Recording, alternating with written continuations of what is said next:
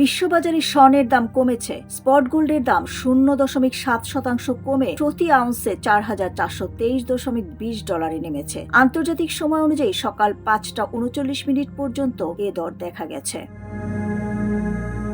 একই সময়ে ফেব্রুয়ারি ডেলিভারির জন্য স্বর্ণের ফিউচার 0.7% কমে প্রতি আউন্সে 4,432 ডলারে লেনদেন হয়েছে। খবর রয়টার্সের।